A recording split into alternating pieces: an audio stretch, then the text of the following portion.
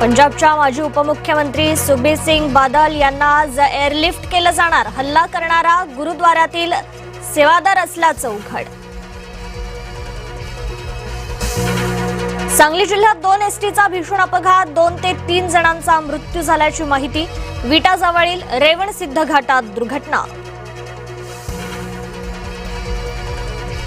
पुण्यातील कात्रज चौकात पीएमटी बसचे ब्रेक फेल. 4 ते 5 वाहनांना धडक. सुदैवानं जीवितहानी टळली.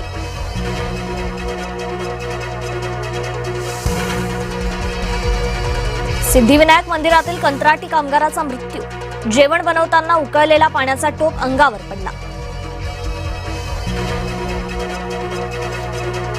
जव्हारमध्ये देहेरे आश्रमशाळेतील विद्यार्थिनींची रात्रीची पायपीट.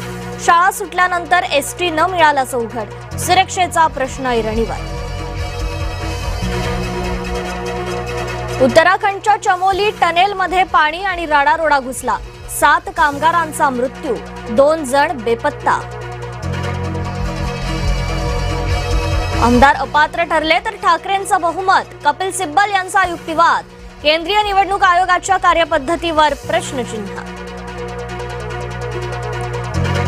शाकाहारी मांसाहारी वादावर भावेश कावरेचा माफीनामा. घरमालकाच्या अटीनुसार शाकाहारी तो व्हिडिओ माळकऱ्यांसाठी बनवल्याचा दावा. पुढचं आंदोलन मुंबईत, तेही वर्षावर. जरांगेंचा सरकारला इशारा. जरांगेंच्या धमक्यांना घाबरत नाही. दरेकरांचं प्रत्युत्तर.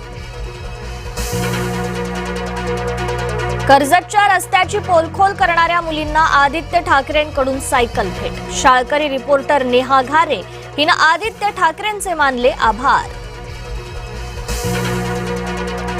शाळकरी मुलांचा नदीतून जीवघेणा प्रवास. बुलढाण्याच्या रिधोरामध्ये नदीवर पूल नसल्यानं जीव मुठीत. मनोज जरांगेंच्या टीकेमुळे दुखावलं गेलो. महसूल मंत्री चंद्रशेखर बावनकुळे भाऊक. गडचिरोलीत सर्पदंश प्रकरणातील 3 आरोपी फरार. 2घांना अटक. फरार आरोपींमध्ये माजी खासदार कोवास यांचा समावेश. भोंदू अशोक खरातची पत्नी कल्पना खरात पोलिसांना शरण. सुप्रीम कोर्टाकडून अंतरिम जामीन मिळाल्यानंतर हजर. कोंढव्यात स्पा सेंटरवर पोलिसांचा छापा. कथित देह विक्रीचा आरोप. 3 महिलांची सुटका. वाशिममध्ये भटक्या कुत्र्यांचा फळ विक्रेत्यावर हल्ला. जखमी फळ विक्रेत्याला रुग्णालयात उपचार सुरू.